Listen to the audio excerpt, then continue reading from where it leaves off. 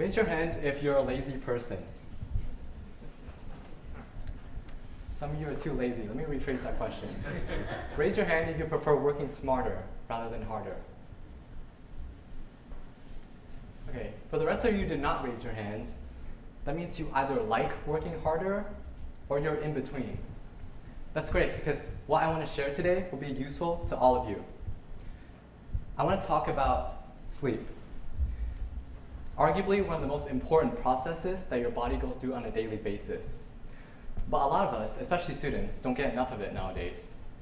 I don't think this is because we don't value sleep or like it. I've never met anyone who didn't enjoy sleep. I think the problem is we don't value it enough. It's kind of like Mexican food in my family. So my goal today is to share with you a few pieces of evidence and conclusions that come from them, as well as some tips for you to help remember and apply that information. But before I do that, I want to quickly tell a story about why sleep even matters to me. In my junior year of high school, I took a physics class for the very first time.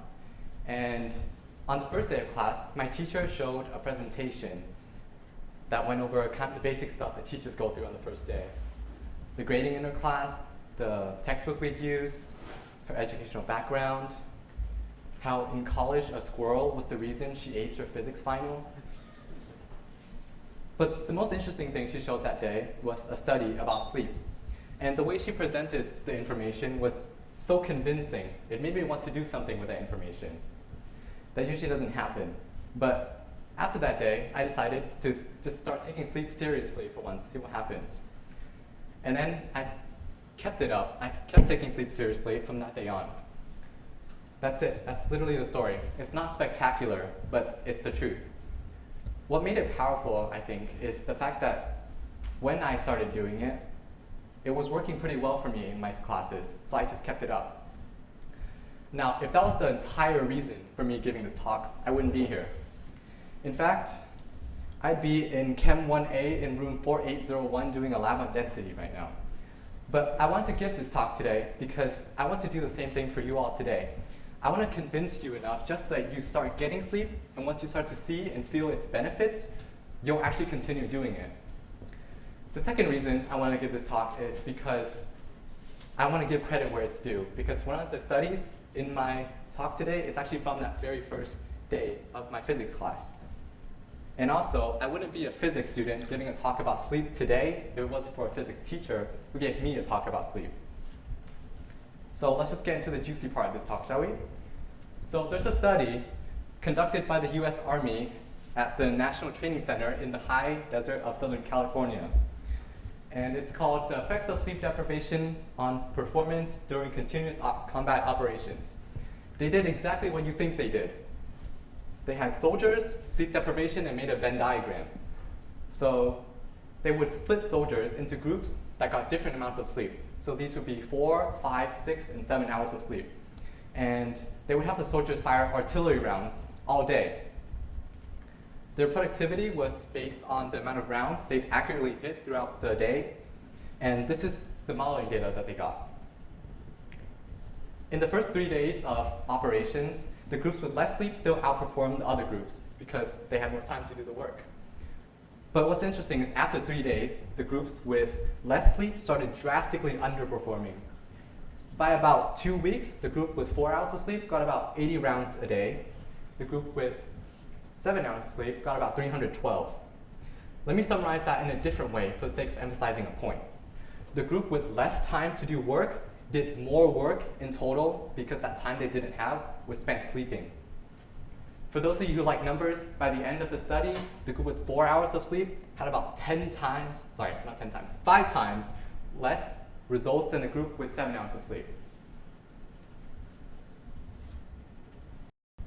So before this, I asked you all if you preferred working smarter. Well, if I had to measure how smartly I'm working, I'd base it on the effort I have to put in and the results I get from it.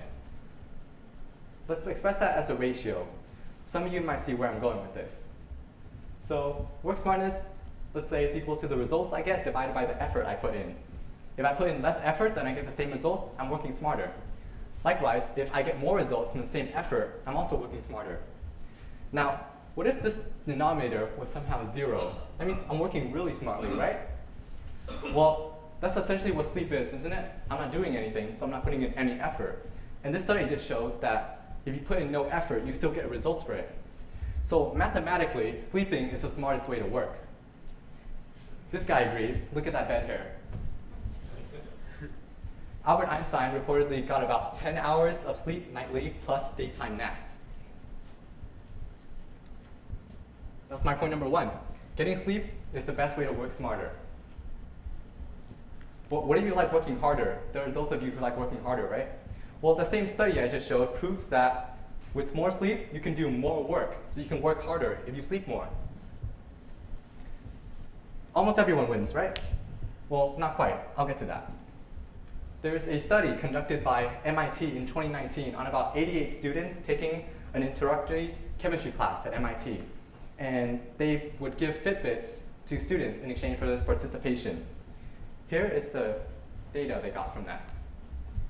This is a graph of the mean sleep duration, so average sleep duration, versus their overall score in the class.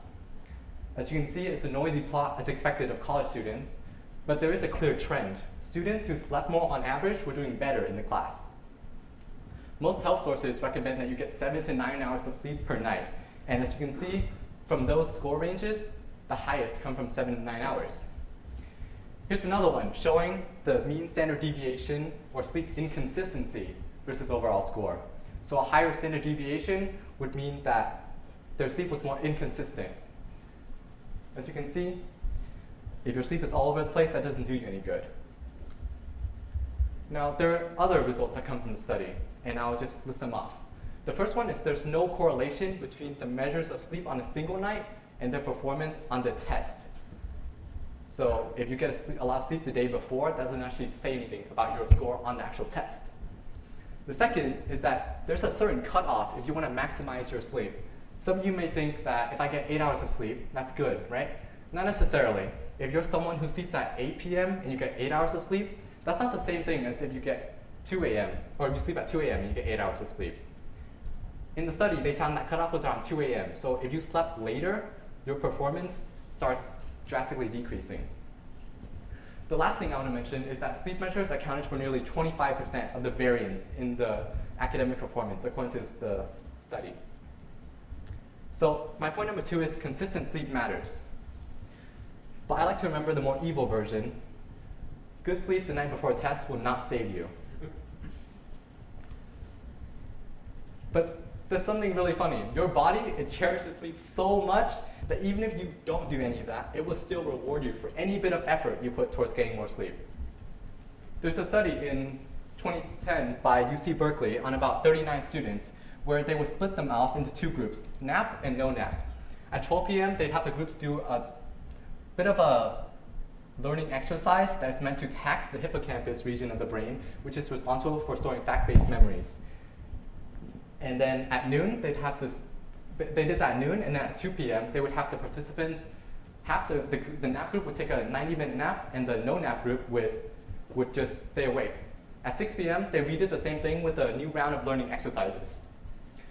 They found that the group that stayed awake, they became worse at learning. And in contrast, the groups who got sleep did markedly better. Not only that, their learning capacity actually increased.